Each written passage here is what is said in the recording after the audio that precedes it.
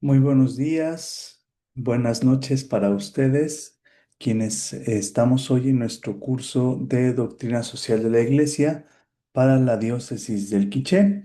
Me da mucho gusto saludarles. Esta semana me encuentro aquí en la misión de Bachajón, en el municipio de Chilón, en el estado de Chiapas, y pues debido a las lluvias he tenido que adelantar la sesión y bueno, compartirles esta grabación que nos sirve para continuar con nuestra formación. Seguramente ustedes también han tenido algunos problemas con la electricidad o con la lluvia y bueno, pues que esto no sea un motivo para no tener nuestra sesión y poder continuar con nuestra reflexión en torno a la doctrina social de la Iglesia, que gracias a sus participaciones pues nos ha recordado lo importante que es para nuestra formación como en nuestro servicio pastoral, pero como hemos tratado de ver en cada una de las sesiones, tanto en el aspecto familiar como en el vecinal, en nuestros barrios, en nuestras comunidades y en la tradición que ha tenido pues la diócesis del Quiché anteriormente y que debido a amenazas, como ustedes también han referido en algunas sesiones pasadas y a conflictos que se han dado en la historia de cada una de las comunidades, bueno, pues se había dejado de lado un poco la profundización en torno a la doctrina social de la Iglesia y ahora se presenta como una oportunidad que incluso nuestro padre delegado por el señor obispo nos ha recordado lo importante que es retomar la doctrina social como un eje transversal que atraviese todas las actividades, los servicios, los ministerios que desempeñamos como cristianos fuera y dentro de la comunidad eclesial del templo, ¿no? Y bueno, pues me da gusto saludarles, espero que puedan seguir esta grabación y podamos tener también una actividad de participación, ¿no? De cuando hagamos alguna parte de preguntas, podamos ir contestándolas, podamos ir tomando los apuntes necesarios. Bueno, pues yo les recordaba que las primeras dos sesiones tenían que ver con los fundamentos, ¿sí? Los fundamentos de la doctrina social de la Iglesia, que no corresponde a algo novedoso, que más bien es profundamente arraigado en la tradición bíblica. Nosotros recordamos en las sesiones anteriores que la fe bíblica no separa la relación de Dios con el clamor de los pobres, de las comunidades que sufren opresión, de la necesidad de justicia y también la presencia de Jesús es la presencia del reino, como una comunidad de relaciones más dignas y condiciones más justas también y condiciones de vida más dignas para toda la comunidad y que pues las cartas de los apóstoles también que revisamos pues nos invitaban a tener esta relación entre fe y coherencia de vida y coherencia de vida como coherencia de comunidad que trabaja junta para alcanzar el- la propuesta del reino de Dios, ¿no? Y bueno, pues ahora en la sesión número 2 también veíamos que después de esos fundamentos bíblicos que recorrimos en el Antiguo y en el Nuevo Testamento, también hay fundamentos teológicos, ¿no? En donde la antropología teológica, es decir, la visión de la persona, la visión de la comunidad, la visión que tiene también la Iglesia sobre la sociedad puede aportar, o más bien ha aportado en el compendio y en las enseñanzas de la doctrina social de la Iglesia, porque la doctrina social de la Iglesia responde a la vida social que debe de organizarse, es decir, cómo nos organizamos, cómo decidimos, qué valores orientan nuestras decisiones como comunidad. Y bueno, pues deben de organizarse desde los principios propuestos por la doctrina social de la Iglesia y desde una vocación humana que tenemos como la vocación a la comunión, ¿no? Y bueno, pues esos son los fundamentos teológicos y eclesiales también de la doctrina social de la Iglesia. Hoy veremos en esta sesión también que no hay una evangelización auténtica si solamente se dedica a la predicación de un Dios y se ignora la vida muchas veces herida ¿no? La vida herida muchas veces de las personas, de sus hijas y de sus hijos. Entonces, bueno, pues vamos aquí. Yo espero que ustedes puedan estar viendo las diapositivas que tenemos aquí como ruta de aprendizajes, que era donde nos quedamos el viernes pasado, en torno a los cuatro movimientos que nos sirven para estructurar las sesiones. El principio, recuerden que no se trata de memorizar estos principios, sino entenderlos como criterios para discernir nuestra realidad. La realidad de la diócesis y el quiché son estos principios, no como conceptos, sino como criterios de discernimiento, ¿no?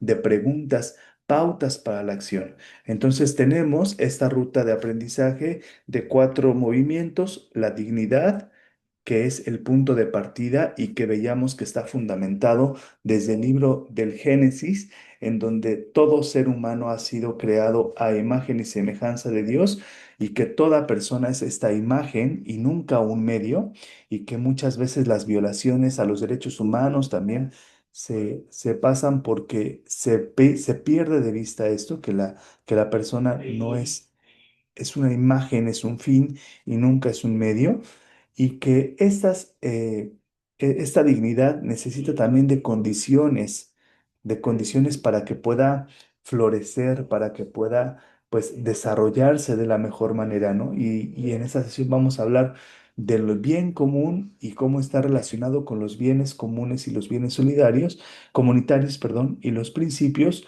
que entendemos como solidaridad, subsidiariedad, destino universal de los bienes y participación política, que son como los criterios también teológicos y sociales que nos invitan a que seamos realmente cristianas y cristianos con vocaciones en el mundo, ¿no?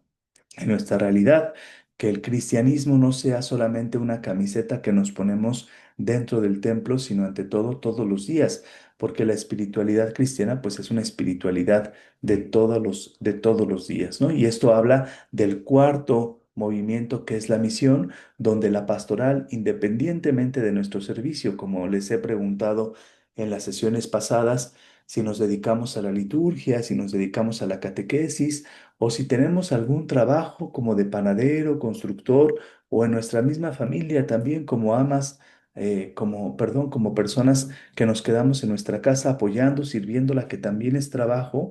Bueno, pues que en cada una de esas actividades la pastoral se puede traducir en justicia, en paz y en vida digna. Entonces, bueno, vamos a pasar a esta presentación, ¿no? Lo que yo les decía, en donde vamos a pasar a la persona humana, dignidad y vocación. Creo que también la sesión pasada, bueno, pues explicábamos con mayor detenimiento esto, ¿no? Que la persona, ante todo, es una criatura amada por Dios, creada a imagen y llamada a la comunión. Estos tres pilares, sabernos criaturas y no dueños, esto puede aportar muchísimo, ¿no? Porque el ser humano en la actualidad se siente dueño, dueño incluso de la creación, dueño de otras personas, incluso dueño de nosotros mismos, y se nos olvida nuestro ser criatural, ¿no? Que salimos de Dios y que estamos llamados a tener esta relación profunda con Él, creados a su imagen. Y ser creados a imagen de Dios es también ser co-creadores. Nuestra libertad, nuestras capacidades, el talento que hemos recibido como personas es importante porque es parte de la dignidad humana. Entonces, cuando a una persona se le impide desarrollar sus capacidades, cuando a una persona se le imposibilita tener actividades en donde despliegue los talentos y los dones que Dios le ha regalado, pues estamos violando esta dignidad. Y el tercer ángulo es igual de importante, que la dignidad también es un llamado a que se desarrolle en la vocación a la comunión que tenemos, ¿no? La vocación como fraternidad, como hermandad, de familia humana, ¿no? De que somos una familia humana, y que, bueno, esta dignidad, al contrario de cómo se entiende en la actualidad, no depende de la nacionalidad, de la salud, de la riqueza, etcétera, ¿no? Entonces, esto es como lo que veíamos también, y también veíamos en la sesión pasada que la dignidad muchas veces ha sido violentada y continuamente está herida, ¿no? Traspasada.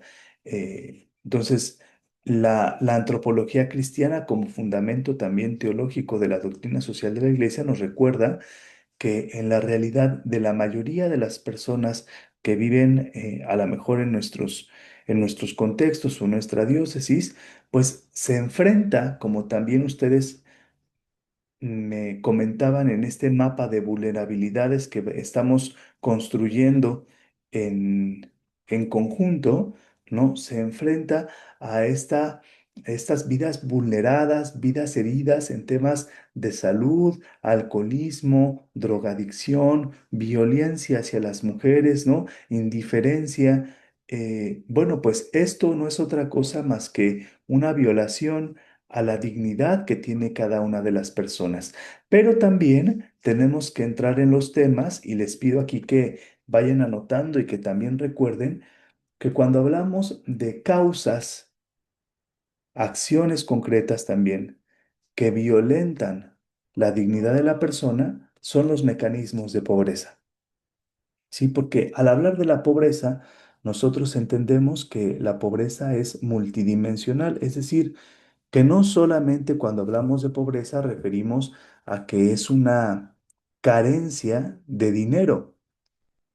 A veces la economía la hemos entendido solamente como el dinero, ¿no? Lo monetario, pero las necesidades de la vida van más allá del dinero, ¿no? Con dinero no se come, sino más bien la economía tiene que ver con la satisfacción de todas las necesidades que tenemos como personas y como sociedad. Y entra el tema de la salud, entra el tema de la educación, también del acceso al agua, porque a veces aunque la tenemos cercana a nosotros, pues no tenemos la infraestructura para tener agua potable, eh, y que nos ayude también a tener, pues ahora, hospitales, acceso también a los caminos. Entonces, cuando hablamos de pobreza, tenemos que entender pobreza en el sentido amplio, ¿no? Como una pobreza multidimensional en donde hay mecanismos que también impiden que vivamos nuestra vida con dignidad por situaciones de pobreza y de exclusión, ¿no? Y que el Papa Francisco lo llamó la cultura del descarte, una economía que descarta a las personas, que las desecha totalmente y les priva de participar de un derecho que tenemos como es al tener también el trabajo, ¿no? La oportunidad de ofrecer un intercambio de valor a través de lo que sabemos hacer, podemos hacer que repito, esas capacidades que recibimos de Dios son parte de cómo desarrollamos y ponemos también al servicio nuestros talentos y eso es el despliegue de nuestra dignidad humana, ¿no? Y que a veces, aunque nos limitamos a decir, bueno, la dignidad se vulnera o se viola solamente con violencia, con golpes, con alcoholismo, con drogadicción, bueno, olvidamos también que cuando se nos niega el derecho al trabajo, el derecho al salario, cuando se nos excluye de las participaciones políticas, también hay una violación a la dignidad humana, ¿no?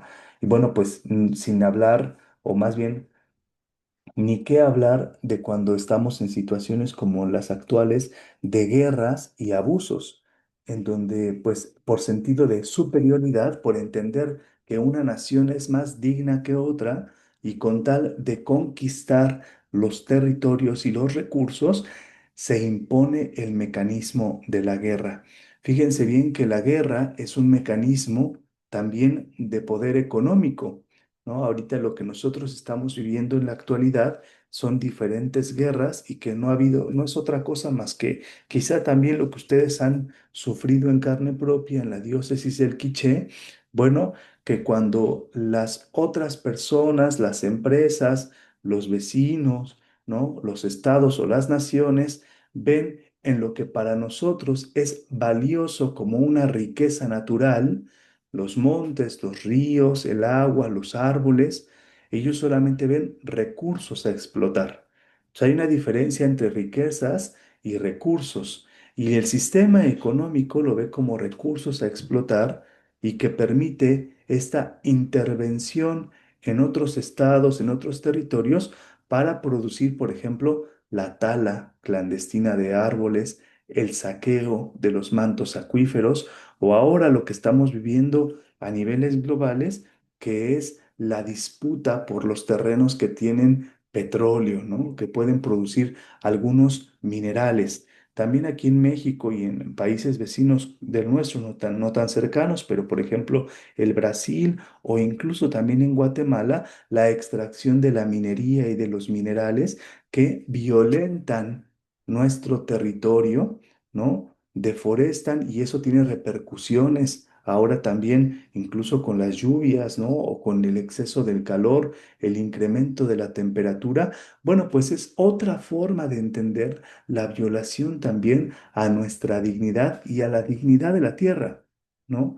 Porque la madre tierra también tiene, pues la dignidad también es criatura de Dios, ¿no? También es creación de Dios y estos abusos, ¿no? Que se dan, pues repercuten tanto al ecosistema como a las familias que viven en esos territorios, ¿no? Entonces es importante también entender esto como unas violaciones a la dignidad humana. Y estas nuevas violaciones, que podemos decir tan nuevas como tan viejas, están desarrolladas en el documento del Magisterio de la Iglesia, que ojalá ustedes puedan echarle una mano, una leída al documento que se llama Dignitas Infinita, la dignidad infinita, que fue escrito por la Comisión o el Dicasterio para la Doctrina de la Fe por allá del año 2020, 22, 23, que tiene como estas nuevas formas de violencia a la dignidad de las personas humanas y qué decir también de los abusos, ¿no? Que es como, estos son como criterios de discernimiento, lo que les decía. A ver, revisemos si esto pasa en el quiché, si esto pasa en nuestras comunidades, en nuestras familias o en nuestras iglesias, ¿no? Porque así como podemos decir que el extractivismo, la guerra son violencias a la dignidad, también el abuso, la trata de las personas vulnerables, particularmente de las infancias, ¿no? De las y los niños, que es un problema que tenemos como iglesia, este escándalo hiriente de los abusos sexuales que se han dado tanto de las infancias como de personas vulnerables, y que tenemos que cuidar a nuestros niños y a nuestras niñas, y que el Papa Francisco ha sido muy claro en torno a la política de cero tolerancia a los abusos, y que se dan abusos de tres tipos. El abuso sexual, pero que no es otra forma más que un abuso de poder, ¿no? Y a un abuso de conciencia, y que también se da por entender que hay personas con mayor poder y personas con menos dignidad, ¿no? Y que también, bueno, pues es uno de los aspectos que deberíamos de cuidar, y también decir, pues, la migración, los efectos de la migración forzada de comunidades perseguidas en donde, por ejemplo, el cártel o los cárteles de la droga se han asentado para poder producir pues droga, para poder instalar los laboratorios o incluso pues para poder poseer y quedarse con los recursos naturales. Las poblaciones se ven obligadas a ser desplazadas, ¿no? A, a salir de sus territorios, o incluso pues muchas personas que no quieren seguir en, en ese círculo dañino de la droga, y bueno, pues que se ven obligadas a tener que salir, ¿no? Y refugiarse y desplazarse. Bueno, pues también eso es una parte de la violación a la dignidad de las personas. Cuando nosotros entendemos que hay poblaciones migrantes, debemos de considerarlas desde ese principio teológico, que son personas a las que les está siendo violada su dignidad humana. Y también otro de los temas que no deberíamos pasar por alto y que también les pregunto que ahí puedan compartir, a lo mejor en un espacio que deje al final de la sesión, la violencia contra las mujeres, ¿no? El maltrato contra las mujeres, el patriarcado que se ha pues hecho cultural en muchas de las naciones, en México y pues en prácticamente en todo el mundo, en donde se ha visto a las mujeres pues siempre como seres inferiores, ¿no? Seres a quienes muchas veces se les golpea, ¿no? O se les obliga a tener actividades que decimos, pues es propio de las mujeres atender, pues la crianza, ¿no? Y también la vida de la casa, bueno, pues también son formas de violencia contra las mujeres y lo que decíamos del deterioro de las condiciones de vida. Entonces, en el quiché, esta lectura podría pasar también pues por lo que ustedes han vivido y que pueden compartir de situaciones de pobreza, cómo se expresa la pobreza, cuáles son las carencias que se tienen. Por ejemplo, también, ¿no? La discriminación. Discriminar es hacer menos, ¿no? Rechazar o minusvalorar a una persona y esto pues habla de también una perspectiva de que no tiene dignidad, ¿no? Por ejemplo, con los pueblos o las comunidades indígenas donde puede haber mucho racismo, ¿no? Puede haber mucho racismo y también pueden ser obligados solamente a ejercer algunos tipos de actividades. Entonces, bueno, pues el tema de la dignidad humana y como decíamos, la dignidad humana como principio fundamental de la doctrina social de la Iglesia necesita condiciones para desarrollarse, para desplegarse, para mantenerse y para cuidarse, ¿no? Y las condiciones para la vida digna es el bien común, ¿no? Que el bien común es esto, ¿no? La construcción colectiva, comunitaria, que nos permite alcanzar la dignidad tanto de todas las personas, como del entorno, ¿no? El bien común no debe entenderse como lo que le conviene a la mayoría, ¿no? O lo que vota la mayoría, o simplemente pues sí, como lo que votamos la mayoría y no importa lo que los otros o la minoría piense. No, el bien común son las condiciones que permiten vivir humanamente, dignamente, ¿no? Por ejemplo, yo les pudiera preguntar, ¿qué condiciones en el Quiché necesita una comunidad para vivir con dignidad? ¿Qué instituciones necesitamos? ¿Qué acuerdos, prácticas protegen? Y el bien común no es otra cosa que la capacidad o requiere la capacidad de ponernos de acuerdo, de dialogar, ¿no? De entrar en acuerdos y prácticas que cuiden, protejan la vida de todos, especialmente de quienes el sistema, de quienes la economía, incluso de quienes la religión han dejado fuera. Entonces, esto es muy importante porque, em, pues porque a veces corremos el riesgo de que en la iglesia, por eso la iglesia no es democrática, ¿no? La iglesia no es de lo que piense la mayoría.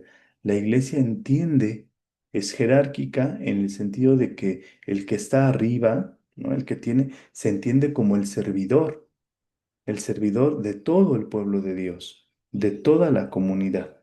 Y el bien común está muy relacionado con otro concepto que es propio también de la doctrina social de la iglesia, que son los bienes comunes, ¿no? Y la pregunta aquí, los bienes comunes son los que pertenecen absolutamente a todas y a todos.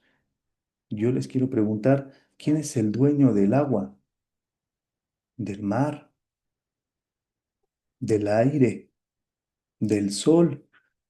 Y les pregunto esto porque ahora con esto del desarrollo sostenible hay muchas empresas que quieren hacer la transición energética utilizando pues los bienes comunes, por ejemplo, los paneles solares, ¿no? Las fuentes de energía eólica a través del aire o empresas que se quieren apoderar del agua y privatizar el agua, comercializar el agua, pero precisamente porque hemos descuidado el entender que son bienes comunes, no pueden privatizarse ni explotarse solamente para el beneficio de unos cuantos, porque existen comunidades donde las empresas llegan a poner los paneles solares y se benefician económicamente de eso, pero no reparten. el dinero, las ganancias a quienes viven en esos territorios. Entonces, es importante porque los bienes comunes son los más atacados últimamente, ¿no? Como el agua, la calidad del aire, la producción solar, todo esto que tiene que estar regulado y cuidado por todos. Porque así como decimos, bueno, son de todos, requieren el cuidado de todos. Y a veces, y es aquí donde entra un poco algo que vamos a ver en las próximas sesiones, el tema de la ecología integral como parte fundamental de la doctrina social de la Iglesia, ¿no? La participación del cuidado de la casa común. Por eso el Papa Francisco tuvo el acierto de llamarlo casa común, la casa de todos, ¿no? La casa que pertenece a todos, tanto a nuestros ancestros como a quienes vivimos en el presente y más aún a quienes en el futuro van a habitar esta tierra. Qué calidad de aire, qué calidad de suelo, ¿no? Tenemos que estar cuidando porque también ustedes saben que cuando llegan los monocultivos, ¿no? Y se empiezan a talar la diversidad de nuestras selvas para poder sembrar. Acá en México se da, ¿no? Puro aguacate. El puro monocultivo de aguacate, bueno, pues el aguacate se utiliza para poder exportarlo, para poder venderlo a Estados Unidos, pero deteriora el suelo,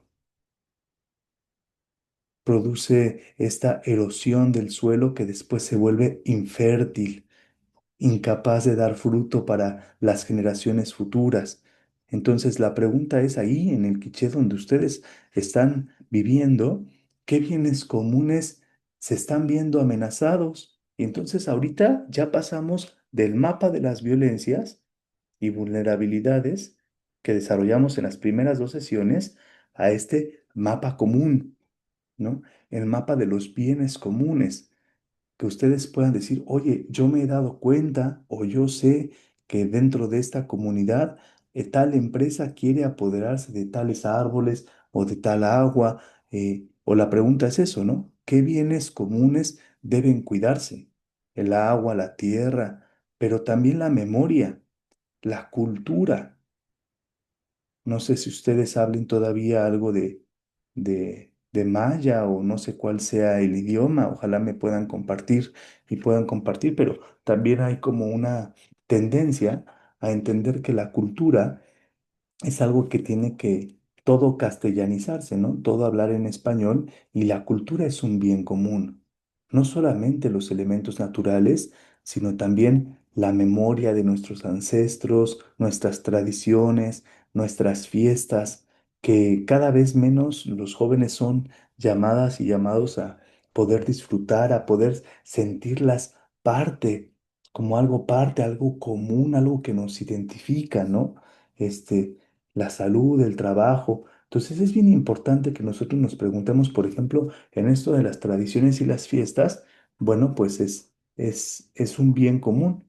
Y podríamos en este momento, quienes tengan ahí la libreta, bueno, pues en un ejercicio breve, ahí anotar tres condiciones del bien común que hoy faltan o están amenazadas en su comunidad.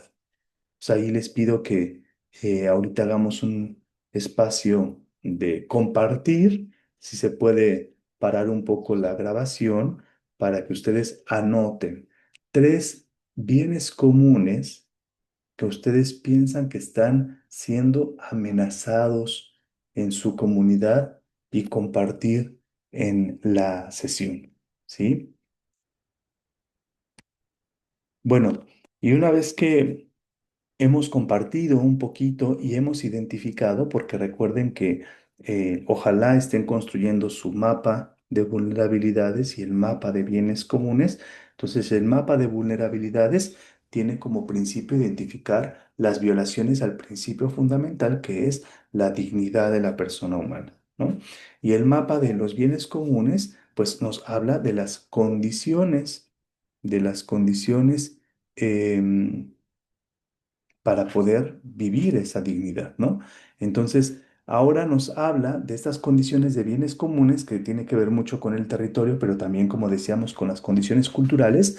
Y ahora viene el tercer movimiento que nos habla que la dignidad no solamente requiere espacios, ¿no? O condiciones, sino también modos.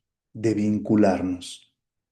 Y a eso la doctrina social de la Iglesia le llama solidaridad, ¿no? Es una virtud social, pero también es una decisión que vamos haciendo en la historia continuamente.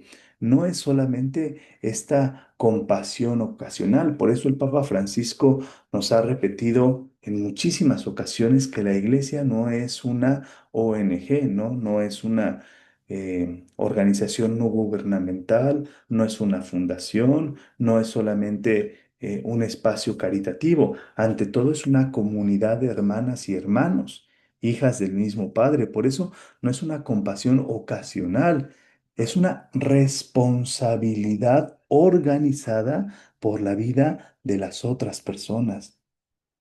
Responsabilizarnos por el otro, y lo veíamos en los fundamentos bíblicos.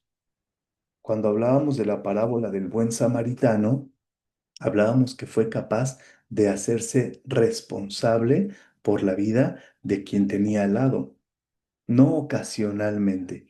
Sentirnos vinculadamente afectivos, comprometidos constantemente con la vida del otro.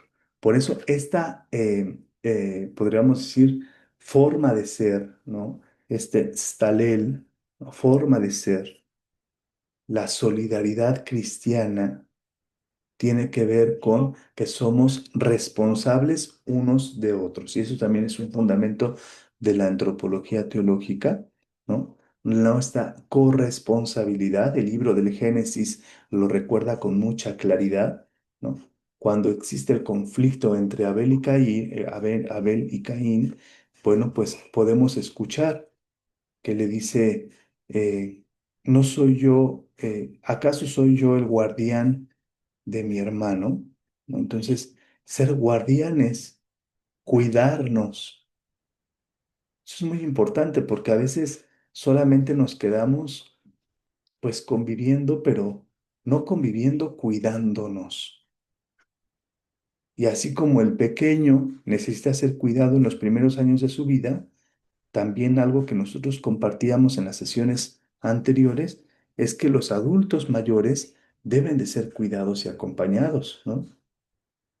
Entonces, también tener este cuidado de las personas adultas, a quienes el sistema, la familia, pues muchas personas consideran como que ya no es productivo, ya no es eficiente, ya no sirve. Entonces, bueno, pues esto es importante porque cuidarnos, el cuidado, la ética del cuidado que tienen que ver también el modo de comportarnos y de relacionarnos, ¿no? Ante una cultura de la violencia, de la agresión, proponer la cultura del cuidado. También la solidaridad es no ser indiferentes. Otra de las categorías que el Papa Francisco nos propuso para poder darnos cuenta de cómo estaba funcionando la sociedad era la cultura o la globalización de la indiferencia, ¿no? La globalización de la indiferencia que hoy, pues que cada quien se rasgue con sus propias uñas, ¿no? A no hacernos de la vista gorda, ¿no? Y más bien la propuesta de la solidaridad es atender, escuchar en todo momento, mirar, tocar, ¿no? Con toda la carne el clamor de las personas en situaciones de vulnerabilidad más importantes, que están sufriendo más que nosotros, ¿no? Y no ser indiferentes a ese clamor, sino organizarnos. Ahí está un poco la virtud de la solidaridad, ¿no? O el principio de la doctrina social de la Iglesia de la solidaridad, que es organizarnos para atender también este sufrimiento, este dolor, esta opresión, no como ocasionalmente, sino organizarnos como sociedad para acompañar, ¿no? Y solucionar el sufrimiento de las personas, ¿no? Y esto nos habla también de que la solidaridad es la capacidad de organizarnos para cambiar las estructuras, no solamente para resolver. La solidaridad no es un paliativo, o la caridad no tendría que ser un paliativo, sino más bien enfrentar las causas estructurales, lo que produce, qué está produciendo pobreza, exclusión y violencia. Entonces, es una pregunta que también les quiero pedir que anoten ahí en sus libretas, ¿no? Y que podamos compartir. ¿Qué en el quiché, ahí donde tú estás, qué está produciendo? ¿Quiénes están produciendo pobreza, exclusión y violencia? Para identificar las causas, ¿no? Ya nosotros veíamos cuáles son los efectos, ¿no? Que hay personas con problemas de adicción, que hay personas pues violentadas, que hay personas olvidadas, pero ¿qué es lo que está detrás de eso? ¿Cuáles son las causas estructurales de la pobreza, de la exclusión y de la violencia? ¿Qué está provocando eso?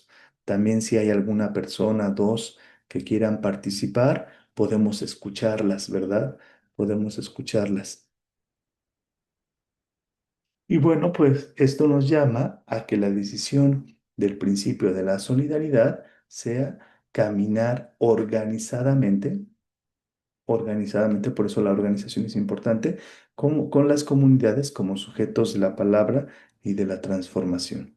En ese sentido, recordemos como este subsidio que les voy a pasar también por el grupo de WhatsApp, este libro que ha editado Amerindia en torno a primer documento del Papa León XIV en continuidad del Papa Francisco, Dilexit Te, que significa Te he amado, pues es una lectura latinoamericana, ¿no? Y que nos recuerda que los pobres no son meros receptores de ayuda, sino que son productores de comunidad, sentido y dignidad para nosotros los cristianos, ¿no? Entonces, nosotros como en la clave pastoral, la solidaridad reconoce los sujetos. Y esto es importante porque vamos a ver después cuando revisemos en las próximas sesiones los documentos del magisterio latinoamericano, perdón, del magisterio eclesial, vamos a ver en Caritas in Veritate cómo Benedicto XVI nos habla de que la solidaridad o la caridad cristiana, no es asistencialismo, ¿no? El asistencialismo, el vivir solamente de la ayuda social, ¿no? Y por eso también podemos hacer una crítica a los programas sociales que tienen como el fin de asistencialismo, ¿no? Repartir dinero o repartir despensas, puede dejarlos solamente como objetos, ¿no?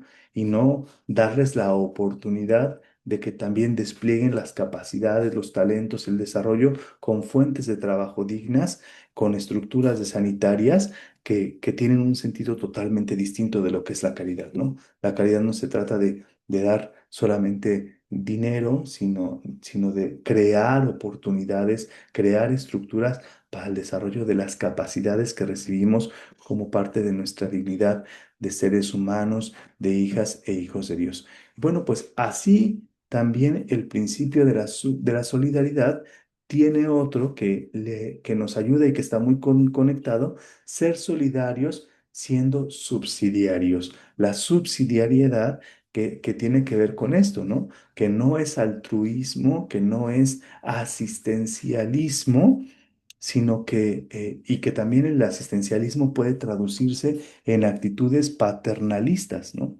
El paternalismo, pues, es como un hijo va con el papá solamente a dame, dame, dame, dame, dame, y no invita al hijo a que genere sus propias capacidades para poder ser autónomo, libre, responsable y fecundo, ¿no? Y en ese sentido, el paternalismo puede ser una política de Estado, ¿no? Una política económica de Estado, pero también una política pastoral y una política eclesial, en donde las y los laicos solamente al sacerdote vamos, dame, dame, dame, dame, dame, dame, dame, dame, y creamos cristianos infantiles, cristianos menores de edad, cristianos pequeños, cristianos niños, que no somos capaces de asumir con responsabilidad también nuestra misión en la creación de una iglesia pues más semejada a las condiciones o al ideal del reino. Entonces, cuando hablamos de subsidiariedad, estamos hablando de del fortalecimiento de la agencia comunitaria, de la capacidad, ¿no? De hacer, de crear, de participar, de decidir, de trabajar. Entonces, no al paternalismo gubernamental y económico, pero también tenemos que decir no al paternalismo eclesial, ¿no?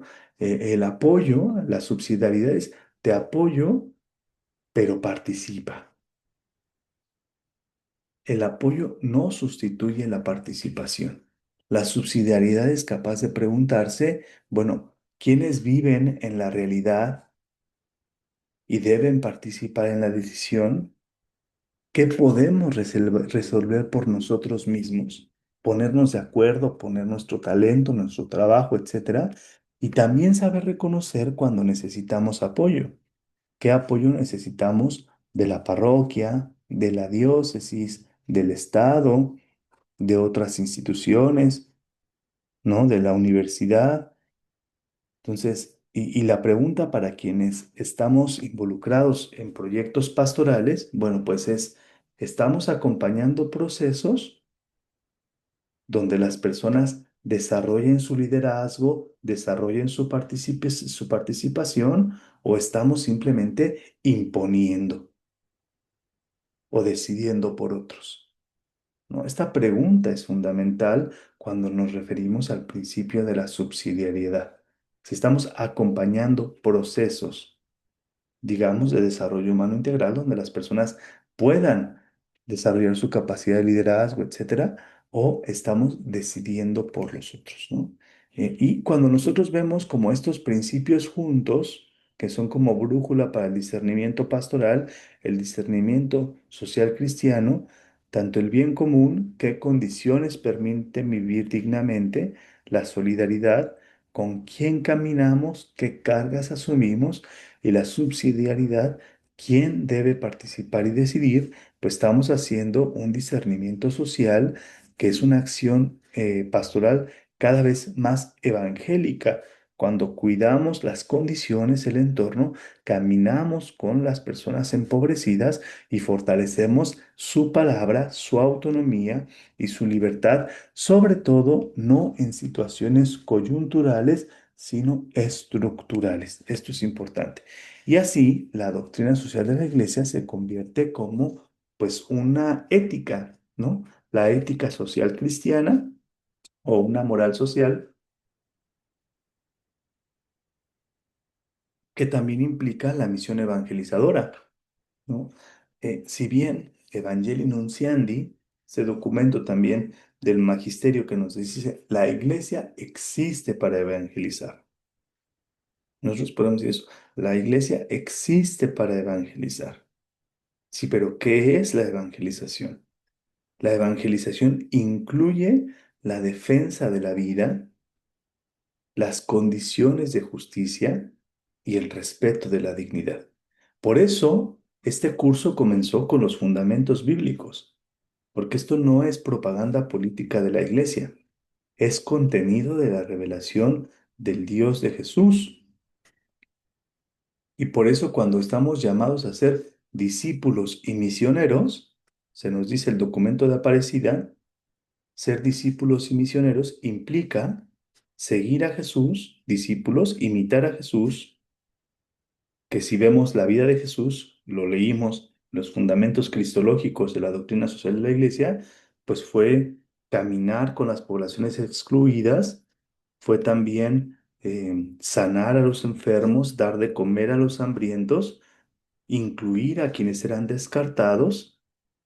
Entonces, bueno, pues esto es ser discípulos y misioneros de Jesús, pues es ser enviados para poder crear y continuar la obra salvadora de Jesús en nuestros días, en nuestros días. Por eso, la ética social cristiana que se desprende de la doctrina social es cómo debemos vivir, habitar, organiz- organizarnos, qué valores nos podrían agrupar como iglesia para crear unas condiciones de vida sociales más pertinentes a los valores del reino, que nos ayuden a discernir frente a los problemas que vivimos, no solamente hoy, sino históricos y en el futuro. Y esto es importante porque siempre lo reafirmo con ustedes, esta parte de la moral social, ¿no? De la doctrina social de la Iglesia, es parte fundamental de la misión evangelizadora de cualquier parroquia y de cualquier diócesis. no es un suplemento, no es un apostolado, ¿no? Es que todas las personas que estamos involucradas en la participación pastoral, todo nuestro ser tiene que atravesar este entendido de doctrina social de la iglesia, llamados en la iglesia, en la familia, en la sociedad, a construir estas sociedades justas, ¿no? Orientar a las comunidades, animar procesos por justicia, paz, derechos humanos, reconciliación y el cuidado hoy de la casa común. Entonces, esto es importante, ¿no? Y bueno, pues ya nosotros hemos hecho esta actividad de trabajo en grupos del mapa de la dignidad y del bien común, ¿no? El mapa de las violencias, ¿no? El mapa de los bienes comunes que nosotros tenemos y que ustedes tendrán aquí las diapositivas para poder también compartir e ir entregando, ¿no? Ya estamos en la tercera sesión y entonces el próximo viernes yo esperaría que pudiéramos empezar a subir por el WhatsApp, ¿no? Me voy a poner de acuerdo con Juan José si vamos a utilizar la plataforma de la universidad o el WhatsApp, estas fotografías tanto de nuestro mapa de las violencias como el mapa de los bienes comunes. Ya tenemos estas dos tareas que podemos ir entregando la próxima sesión. Para después, bueno, pues ir empezando los criterios de acción, ¿no? O los criterios del discernimiento. Y miren, aunque tengamos muchas violencias detectadas, ¿no? O a lo mejor tengamos tres bienes comunes amenazados, aquí la actividad nos propone clasificarlos, ¿no? Ponerlos con colores. ¿Cuáles son las actividades más urgentes, ¿no? Marcarlas con rojo, las que producen explosión, dependencia, indiferencia, ¿no? En amarillo, las que se necesitan todavía corregir, ¿no? Y las verdes, a lo mejor las que también estamos haciendo bien, ¿no? Porque también es importante mapear lo que nosotros estamos haciendo bien. Bueno. Esto es un poco para terminar los contenidos de los fundamentos antropológicos y teológicos de la doctrina social de la Iglesia y quiero compartir ahora la siguiente presentación que nos va a orientar. Si déjenme aquí salirme de esto para que podamos comenzar con eh, el desarrollo histórico de la doctrina social de la Iglesia. Entonces, muy bien, estamos viendo ya las diapositivas de cómo se ha ido desarrollando la doctrina social de la Iglesia, porque si bien habíamos visto que hunde sus raíces en la Biblia, ¿no? Tanto en el Antiguo como en el Nuevo Testamento, y que tiene fundamentos teológicos y antropológicos, también es muy cierto que como compendio, es decir, como una, como una como un criterio fundamental del ser y del quehacer de la Iglesia, ha tenido pues este desarrollo a lo largo del tiempo y que podríamos subtitular, como tienen en estas diapositivas, de Rerum Novarum al Concilio Vaticano II y la recepción latinoamericana. Entonces, en esta sesión lo que nosotros buscamos es reconocer la doctrina social de la Iglesia como una memoria viva, porque así como los evangelios fueron memoria de las comunidades de Jesús, bueno, pues también esta memoria de cómo se ha instaurado la salvación, cómo se ha luchado por los pobres, que pertenece al corazón del evangelio, pues a lo largo de los tiempos se ha ido actualizando. Y entonces es una memoria que se conserva desde los padres de la iglesia, ¿sí? Que es viva porque la tradición no es estática, la tradición es dinámica, ¿no? El compendio de la doctrina social de la Iglesia en el numeral 86 nos dice que la doctrina social de la Iglesia se presenta siempre como este taller abierto, ¿no? Al discernimiento continuo porque las realidades que vivimos pues son distintas todos los tiempos, ¿no? Entonces la Iglesia ha sabido responder a cada tiempo cómo están siendo tanto violentados, denunciando las estructuras de violencia, como anunciando los caminos en cómo debemos organizarnos como sociedad cristiana para poder aportar algo al mundo de hoy. Entonces, los objetivos de esta sesión es ubicar el nacimiento contemporáneo de la doctrina social de la Iglesia, particularmente en la revolución industrial y en la cuestión obrera, comprender la doctrina social de la Iglesia como una tradición de continuidad. No es que solamente algún papa haya sido de la doctrina social de la Iglesia. Hay papas que lo han hecho, pues, el corazón de su misión, ¿no? Como lo fue el Papa Francisco, y también la continuidad de León XIV, que asumió el nombre, asumiendo el nombre, asumió la misión y el objetivo de continuar como la bandera, el estandarte principal de la doctrina social de la Iglesia, en su trabajo, ¿no? En su trabajo, y también comprender esta tradición de continuidad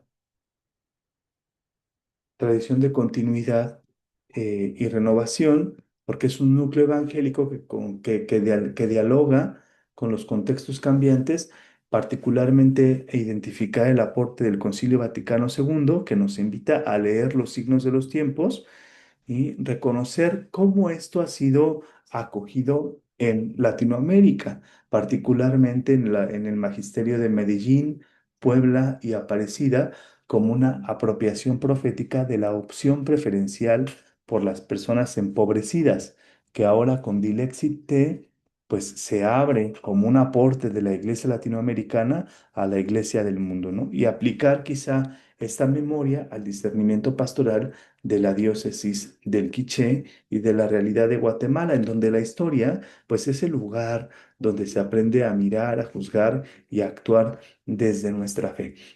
Entonces, recordamos que la doctrina social de la Iglesia camina con la historia, ¿no? No es un sistema cerrado, no es un sistema cerrado, sino es una tradición de discernimiento continuo, ¿no? La clave es esto, entender que el Evangelio tiene al centro la dignidad humana, y que ésta ha sido de alguna u otra manera vulnerada de distintas maneras a lo largo de los signos de los tiempos, y que comprender la construcción de una vida con sabor al Evangelio implica reconocer, leer las realidades concretas en cómo está siendo promovido el bienestar, la salvación, la comunión entre las personas, o por el contrario, está siendo deteriorado las relaciones, los vínculos, la dignidad, están siendo amenazados los bienes comunes, etcétera, ¿no? Y bueno, pues son realidades concretas que se nos invitan a mirar desde el trabajo, la pobreza, la guerra, la democracia. Y es importante porque cuando nosotros hablamos de la doctrina social de la Iglesia, nosotros creemos que consiste como en soluciones técnicas, como en recetas que podemos ya aplicar y que aplican para todos los contextos. No, recuerden que son criterios de discernimiento que cada comunidad debe escuchar, apropiar, interpretar, consultar, etcétera, para poder formar esta conciencia cristiana y comunitaria que nos lleve a actuar con justicia y con caridad, ¿no? Desde el documento último de León XIV en Magnificat Humanitas, el numeral 27, nos habla de que la doctrina social de la Iglesia nace de este encuentro entre el Evangelio y los desafíos de la historia. Entonces, esto es la doctrina social de la Iglesia, ¿no? El encuentro entre los desafíos, perdón, la verdad del Evangelio y las preguntas de la historia humana, ¿no? Entonces, bueno, solamente recordar que antes de Rerum Novarum, pues la Iglesia tiene una larga memoria social, en donde la doctrina social de la Iglesia moderna organiza pues una tradición que viene pues ya desde lejos, y que veíamos en las primeras sesiones, que es las raíces bíblicas de liberación, justicia, jubileo. El sentido de jubileo, ahora que acabamos de pasar, el jubileo pues es una experiencia concreta de liberación, ¿no? También recupera a los padres de la iglesia que siempre recordaron esta inseparabilidad entre culto, caridad y justicia, y también el ejemplo de algunos personajes históricos como San Francisco de Asís y bueno, pues algunos otros monjes o vidas monásticas y órdenes mendicantes en donde acogieron la pobreza evangélica como una contradicción a la riqueza y a la acumulación como centro de la vida espiritual, ¿no? La hospitalidad y el servicio, porque pues estas órdenes mendicantes tenían como esta práctica también de hospitalidad, que no es otra cosa más que la ética del cuidado, ¿no? Acoger, no ser indiferentes y servir a quienes más lo necesitan. Y bueno, pues esto se fue acuñando hasta llegar al cristianismo social del siglo XIX, donde hay una respuesta a la explotación obrera y a la cuestión social. León XIV nos dice también en este documento de Dilexit T, en el numeral 39, que la caridad hacia los necesitados no se entendía simplemente como una virtud moral que nos hace superiores o algo que está correctamente hecho. No, la caridad es una expresión concreta de mi fe con Jesús. La fe con el verbo encarnado que se hizo carne, que de alguna manera es susceptible también al sufrimiento. Entonces, la novedad de Rerum Novarum en 1891 no fue inventar que la iglesia debe de preocuparse por lo social, sino darle una nueva forma magisterial moderna ante una nueva cuestión histórica, ¿no? Y ahora sí vamos un poco a platicar sobre los tiempos, ¿no? Y cómo surge. Bueno, pues en 1891 el tema o la revolución que estaba eh, un poco preocupando y afectando a la realidad social era la cuestión obrera. Y es ahí donde esta revolución industrial, que como ustedes saben, pues pasó del trabajo manual a la implementación de las máquinas para reducir los costos, incrementar la producción y bueno, pues con una finalidad particular que es la economía, ¿no? Industrializar en los procesos de producción, pues al principio pues sonaba todo bien, pero se fueron dando cuenta y León XIII fue capaz de discernir esto, cómo estaba afectando, transformaba el trabajo, ¿no? La dignidad del trabajo. El trabajo pues ahora tenía tiempos, horarios, momentos, etcétera. Quiero invitarlas e invitarlos a que después de esta sesión, a ver si les puedo subir el, el video corto, un video corto de YouTube que se llama Tiempos Modernos de Charles Chaplin, ¿no? En donde ahí vemos realmente cómo se transforma el trabajo, porque el trabajo también tiene que ser un espacio de desarrollo de la libertad, de la creatividad, de la originalidad, de imprimir nuestra obra co-creadora en lo que hagamos. Y la revolución industrial, pues prácticamente solamente nos limitó al servicio técnico, capaces de reproducir actividades liderados por máquinas, ¿no? Con horarios fijos, eh, etcétera, ¿no? Priorizando la producción. Por lo tanto, pues sí, la venta, el consumo, etcétera, ¿no? Entonces, transformó esto que se veía como algo muy bueno, simplemente incrementar la producción para poder reducir los costos, pues tuvo implicaciones y ese es el criterio de la doctrina social de la Iglesia, mirar cuáles son las implicaciones, cómo se fue transformando el trabajo. También esto generó repercusiones en la vida familiar, que para la iglesia es muy importante, ¿no?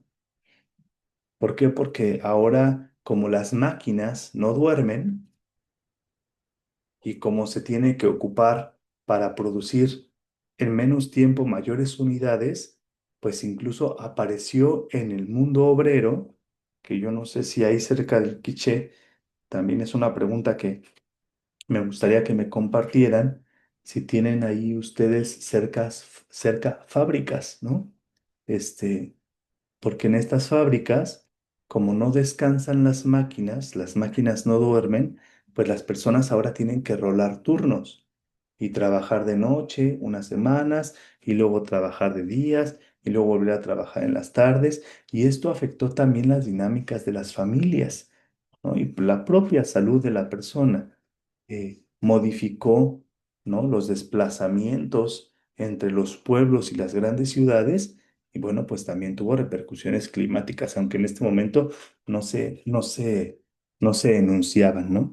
Aparece también en este sentido, se incrementa la novedad de Rerum Novarum es afrontar esta cuestión obrera como un método que se convertiría en un paradigma permanente y que produciría desigualdades.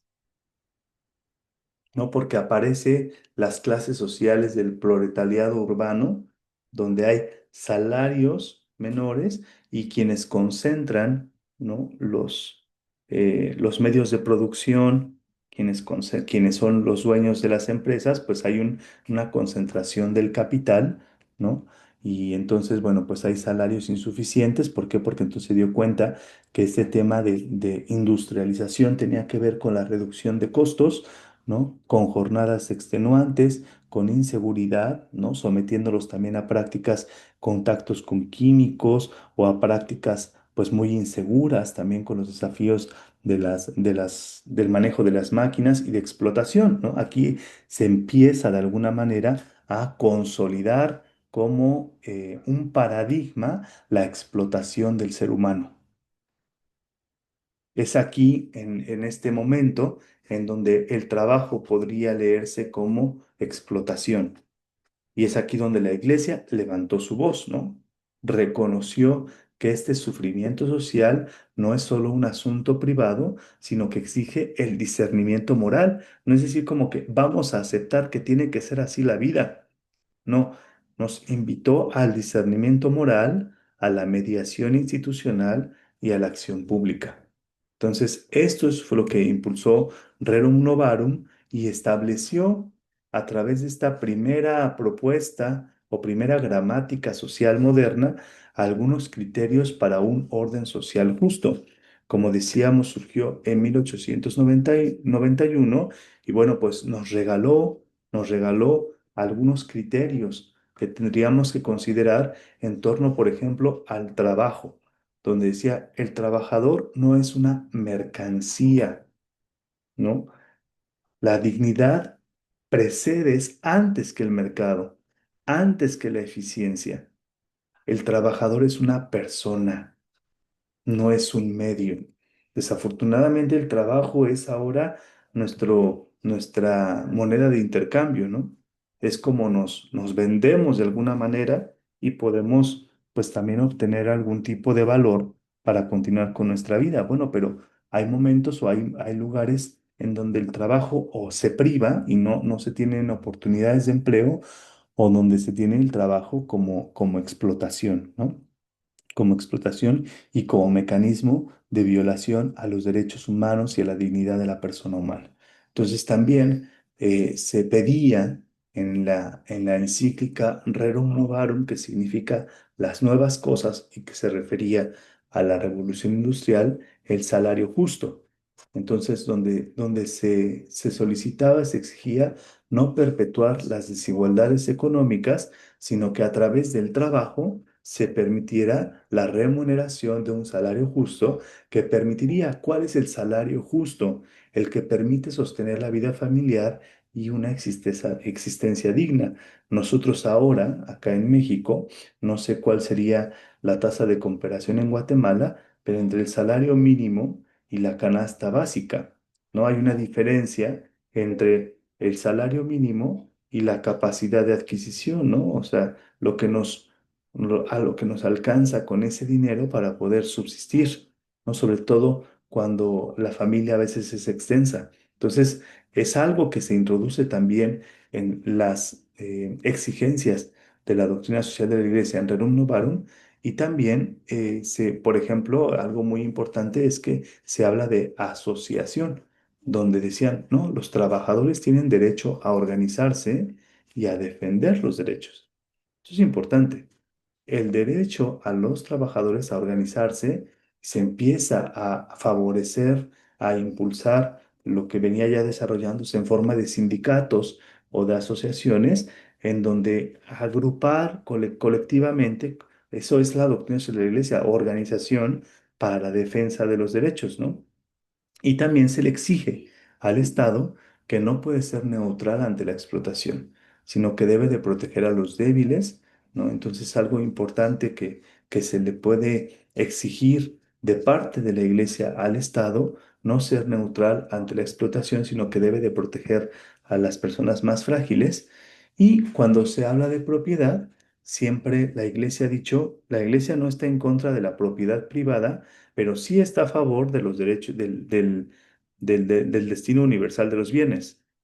O sea, es decir, eh, cuando nosotros hablamos del tema de la propiedad dentro de la doctrina social de la Iglesia, la doctrina social nos dice que la propiedad privada es legítima siempre y cuando tenga una función social y tenga una retribución del destino universal de los bienes. Es decir, un empresario puede tener una empresa privada pero con la finalidad de creación, función social, como creación de empleos, buenos salarios, es decir, que todos tengan alcance, porque al final una empresa, pues, vive también de los comunes, ¿no? Del agua, de la tierra, del sol, de la energía, etcétera, de la tecnología, que la tecnología hoy es también un bien común.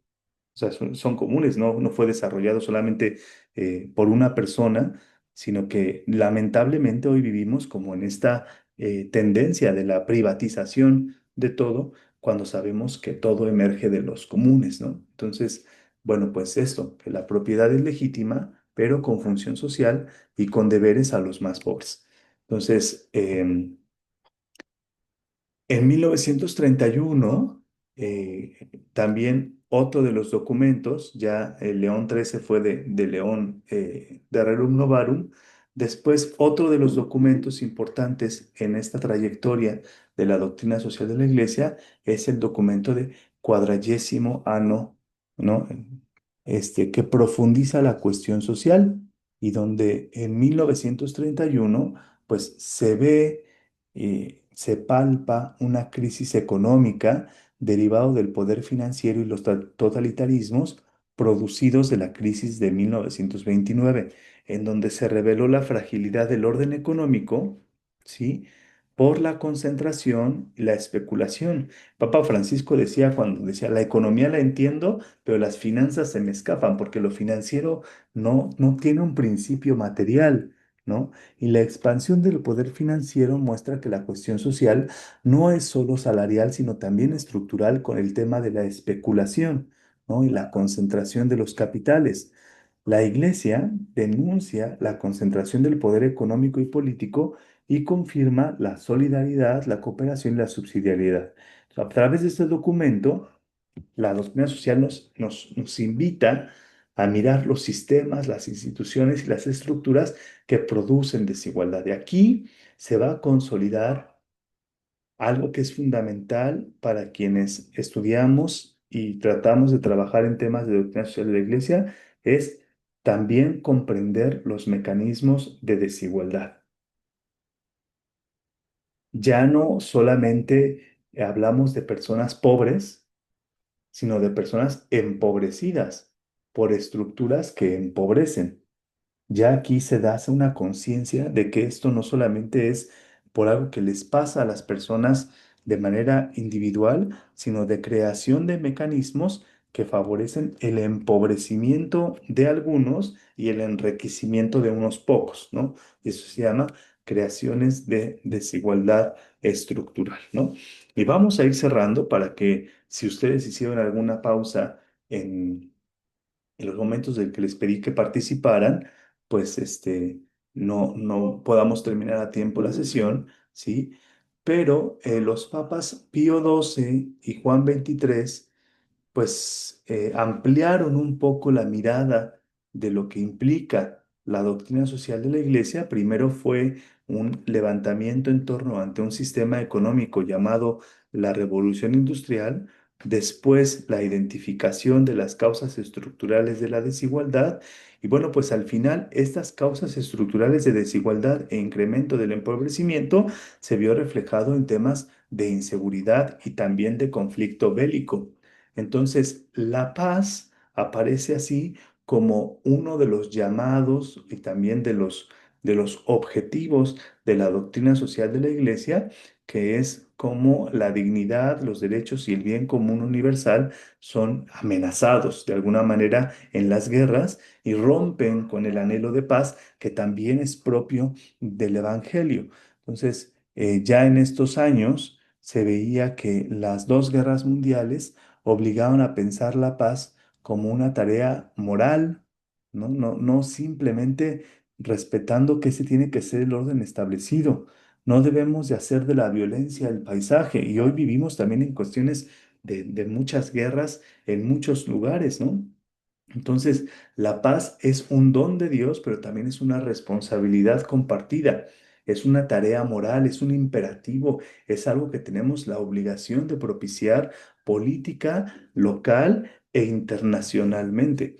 Y el documento que se propone aquí es Pacem in Terris, ¿no? Donde este documento que articuló los derechos y los deberes, la justicia, la libertad y que también la doctrina social de la Iglesia dice no solo es para los católicos, sino es para toda la familia humana, ¿no? Se amplía esta mirada porque decir, bueno, pues esas estructuras están afectando no solo a pequeñas comunidades cristianas, sino a todo el mundo, ¿no? Pasamos de la persona a la mirada de la sociedad, también de las naciones, de los estados y de la comunidad internacional, ¿no? Entonces, donde la dignidad de la persona permanece más allá de toda circunstancia, ¿no? Y eso lo vemos también en este documento de Dignitas Infinita, en el numeral número uno, ¿no? En donde para nuestra realidad, quizá para Guatemala, pues podríamos preguntarnos si cómo le ha ido a Guatemala en cuestiones de guerras, cuáles son las violaciones de los derechos humanos y cuál es el camino andado por la construcción de paz. Si han tenido momentos en su memoria como diócesis, como comunidades, que tengan pues bien detectados de que fue un llamado a la paz, en qué consistió, por qué se dio y cómo crearon estos mecanismos de reconstrucción social o de trabajo por la construcción de la paz, en donde memoria y reconciliación pues fueron elementos importantes para la fe. Entonces también si quieren aquí podemos escuchar a dos o tres personas que quieran compartir si en la diócesis del Quiché, en sus parroquias, pues tuvieron a lo mejor eh, algún recuerdo de lo que se trabajó el tema de la paz, ¿no? En la diócesis, por qué se trabajó, qué estaba pasando y cómo lo trabajaron, qué actividades ustedes implementaron para trabajar el tema de la paz. Entonces les invito a participar, por favor.